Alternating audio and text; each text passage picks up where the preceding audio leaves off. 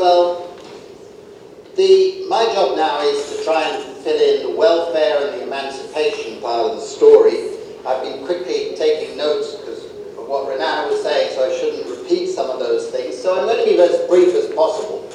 The first point I would like to make is that the amount of basic income that we provided was about 30% of subsistence. It wasn't very much, in other words. It was a small amount.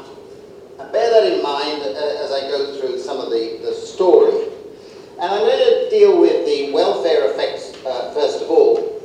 But one of the wonderful things was that despite all the skepticism from outside critics, and we had all of the field work and the design vetted beforehand by independent groups, with the World Bank being involved, the Finance Ministry, the Planning Commission, so that a lot of vetting of our methodology and techniques. And we had independent people doing the actual field work. It wasn't us doing the field work. That's an important part of the methodology. It has to be independent and objective.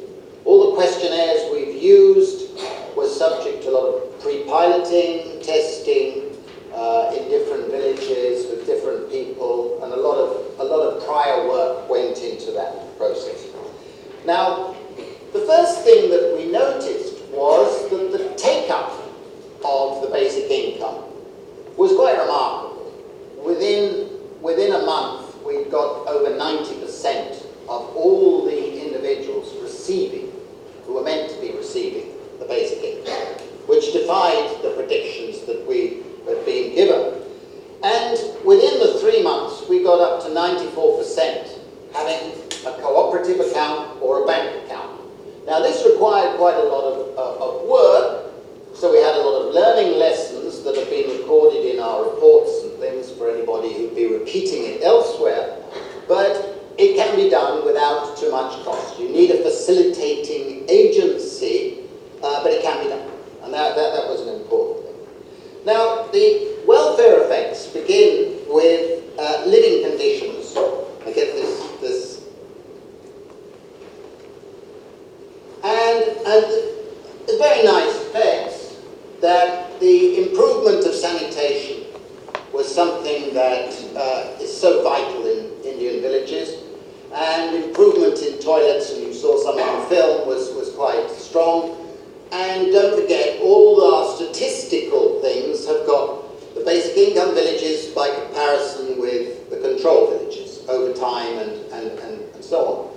And we also saw housing improvements, and with cooking and lighting improvements, and mosquito protection with turning to using mosquito nets for the children, which, significant things.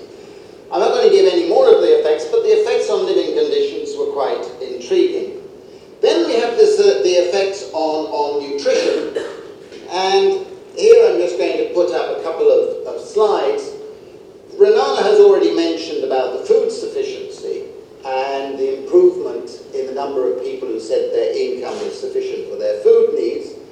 And there were also things like a shift from using the ration shops, which has stale food and subsidized food and works pretty badly and chooses the food that people can buy, so you can't make choices, to the market, which was quite significant, and a shift in the diet of people to buying more fresh vegetables and fruit by the basic income households.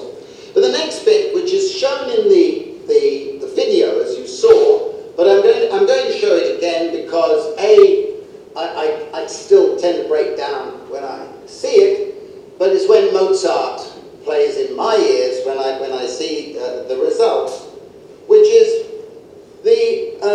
now I have to control this because before it changes. No, that is a Z-score, which is the WHO, World Health Organization, measure of weight for age for children.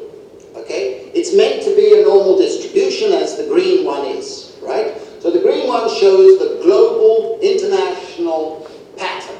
It's a normal distribution, weight for age, for children under the age of 5. The blue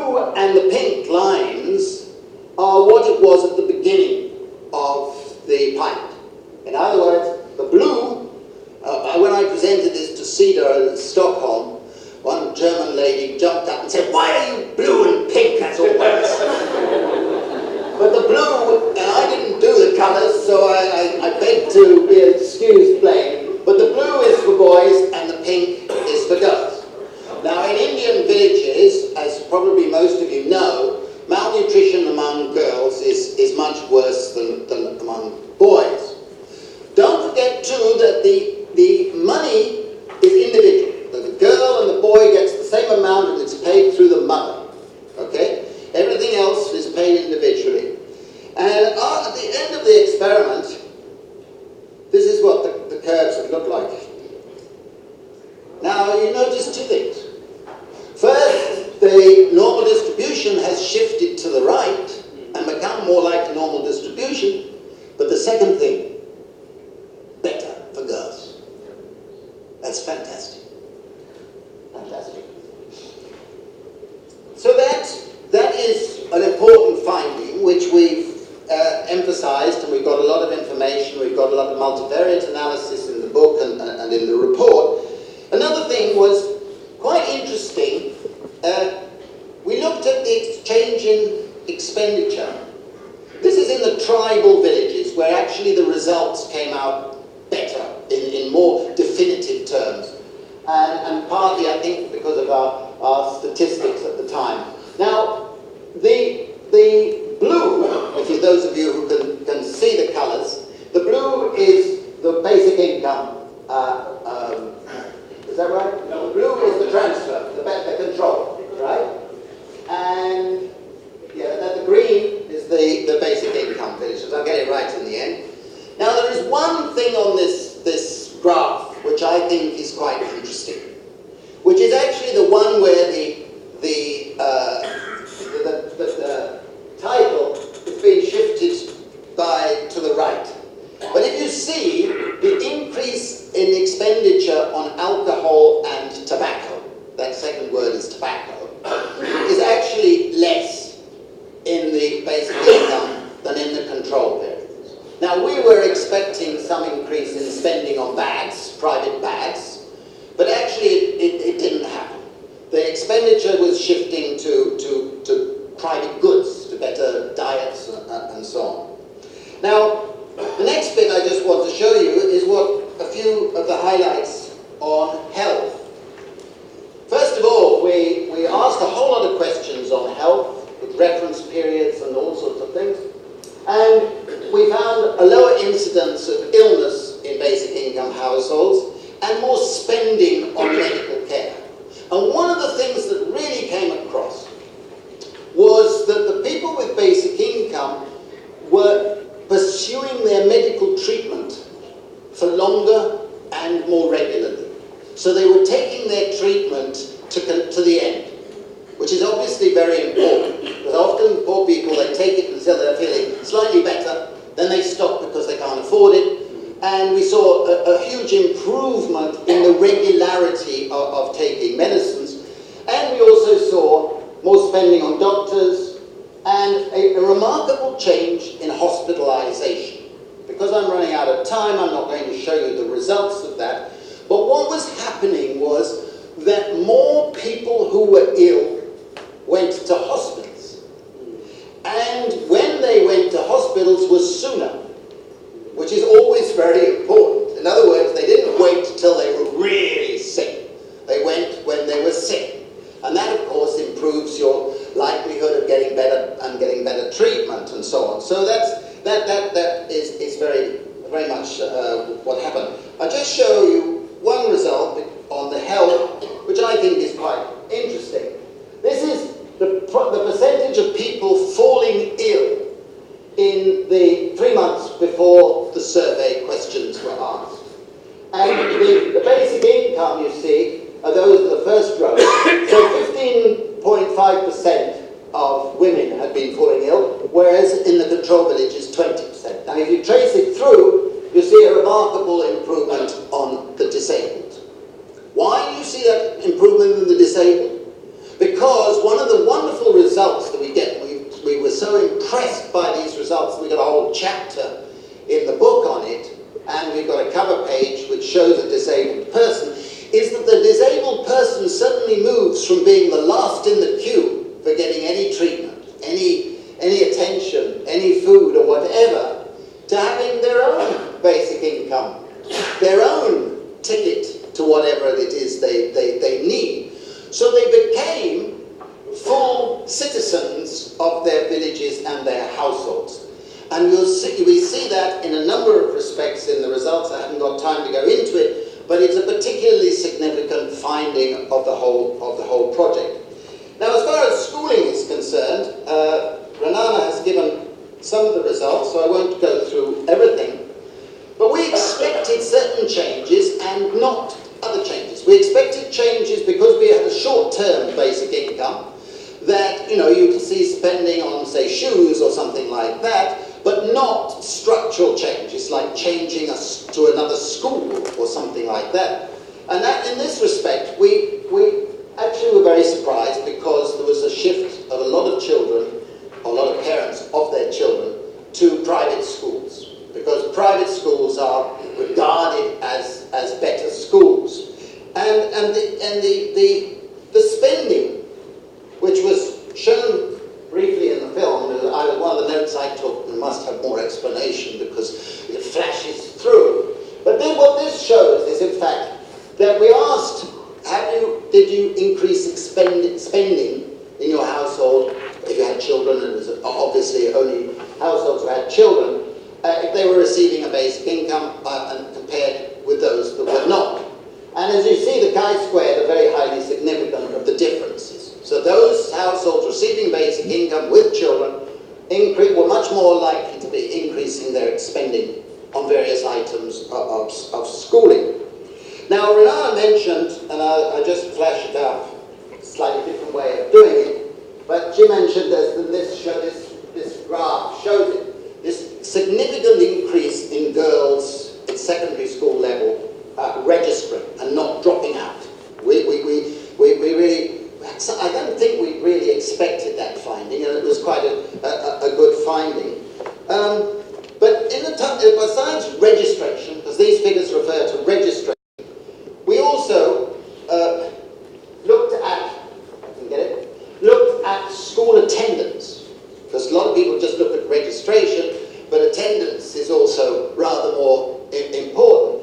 And you see these two green ones on the left. This is the SEWA villages, non-SEWA, and SEWA, non-SEWA. The first two columns are where the basic income villages, and the latter two columns where they're not. And you can see that a big improvement and small improvement were much greater in the basic income villages. So school attendance rates went up significantly. And in addition, we've got various ways we do multivariate analysis as well as bivariate analysis. You see the same thing in school performance. This is data asking parents about their thing. We also asked the school teachers, which we're not going to report, about their performance. So we have data from all the schools on individual children according to their attendance rate and performance rate. I can tell you it cost us many heartaches trying to get those data, but we have useful data, and they basically tell a similar story. Now, that's what I'm going to say on welfare. There are a lot more findings, as you can imagine. Maybe some people would like to discuss them. But I want to end with a thing that we in the basic income group, as I said in the film, have not really given as much emphasis as we might like. Some people have, but I think it's very fundamental, which is the emancipatory value is greater than the monetary value of a basic income. And there are various reasons of that, and I discuss it both in my new book about the precariat, but also here. It relates to what's called in economics the Lauderdale paradox, which was written first in 1804. And the Lauderdale paradox was that you increase the value of something by contrived scarcity. And in villages like this, just as for the precariat in rich industrialized countries, the big thing that the commodity that they face with the scarcity is called money. People don't have money and therefore are exploited not just through low wages and low incomes from low productivity, but through the simple mechanisms of debt and money lending, landlordism, and so on. And all these villages suffer from intergenerational indebtedness, including a phenomenon known as nauka, which is essentially a form of bonded labor. The bonded labor goes on, it may last for generations, but effectively the landlords put them in permanent debt so that they're paying very high rates of interest, so you see in the film 10% a month, but also they have to commit to providing labor as and when required, literally as and when required. Now we all know about semi-feudal relations of production and all the literature, but here you've got it very much, yes, okay, I'm about to end, but I want to end with this story. Very much an effect of liquidity, because liquidity comes into the villages, and what they've done is reduce their debts, increase their savings even if they have debts, and deliberately keep a liquidity for financial crises and shocks that happen. Because then they don't have to go and borrow at 10% a month, because once they do, they're permanently entrapped.